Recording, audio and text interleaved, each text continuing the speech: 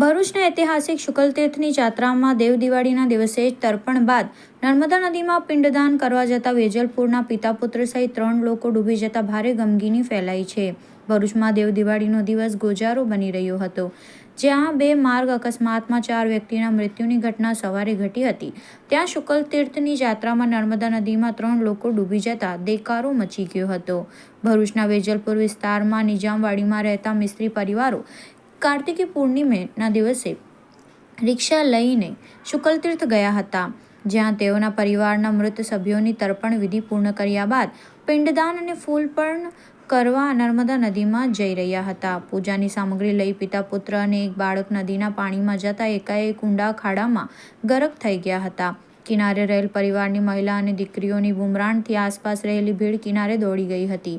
જોકે રેત માફિયાઓએ ખોદેલા ખાડાઓમાં 3 લોકો ગરક થઈ જતા સ્થળ પર હાજર તરવૈયા અને ભરૂચ ફાયર બ્રિગેડના લશ્કરોએ શોધખોળ આરંભી હતી. ઘટનાને લઈ પરિવારજનોના આક્રંદન વચ્ચે કિનારે લોકોની ભારે ભીડ વચ્ચે પોલીસ કાફલો ઉમટી પડ્યો હતો. ભારે શોધખોળ બાદ 9 વર્ષીય એક બાળક દિશાંત જીતેન્દ્રભાઈ મિસ્ત્રીનો મૃતદેહ મળી આવ્યો હતો, જ્યારે પિતા વસંતભાઈ અને પુત્ર બિનીત મિસ્ત્રીની કોઈ ભાળ મળી ન હતી. દિશાંતના મૃતદેહને ભરૂચ સિવિલ હોસ્પિટલમાં લાવવામાં આવતા વેજલપુર સહિતના વિસ્તારોમાંથી ખારવા સમાજ ઉમટી પડ્યો હતો. રેત માફિયાઓના કારણે નદીમાં 3 જિંદગી ડૂબી હોવાના કલ્પાંતથી દેવ દિવાળી એ જ નર્મદા નદી કાંઠો અને સિવિલ હોસ્પિટલ ગુંજી ઉઠી હતી. ભરૂચ તાલુકાના શુકલતીર્થ મેળામાં સુરતના ગોડાદરા ગામનો સચિન નામનો યુવાન આવ્યો હતો. તે મેળામાં આવેલા તંબુ, ચકડોળ સહિતના સ્થળે છૂટક મજૂરી કરતો હતો. ગઈકાલે ગુરુવારે બપોરના સમયે તે તેના મિત્રો સાથે શુકલતીર્થ ગામે નર્મદા કિનારે નાહવા માટે ગયો હતો. તેના મિત્રોએ સ્નાન કર્યા બાદ જતા રહ્યા હતા. મોડે સુધી સચિન પરત આવ્યો ન હતો. જોકે ત્યારબાદ તેનો મૃતદેહ નદીમાં તરતો મળી આવ્યો હતો. યુવાનના મૃતદેહને બહાર કાઢી પોસ્ટમોર્ટમ અર્થે ખસેડવામાં આવ્યો હતો. બનાવની તપાસ પોલીસ ચલાવી રહી છે.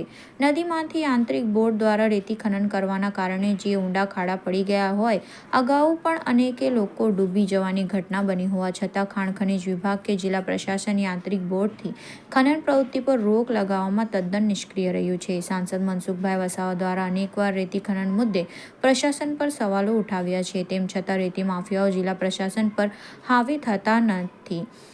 કાયદો અને વ્યવસ્થા સામે સવાલો ઉઠી રહ્યા છે. રાજ્યમાં અનેક કાંડમાં નિર્દોષોના ભોગ લેવાયા બાદ પણ આવી ઘટનાઓ બનતી રહી છે. તે શું બતાવે છે? બધું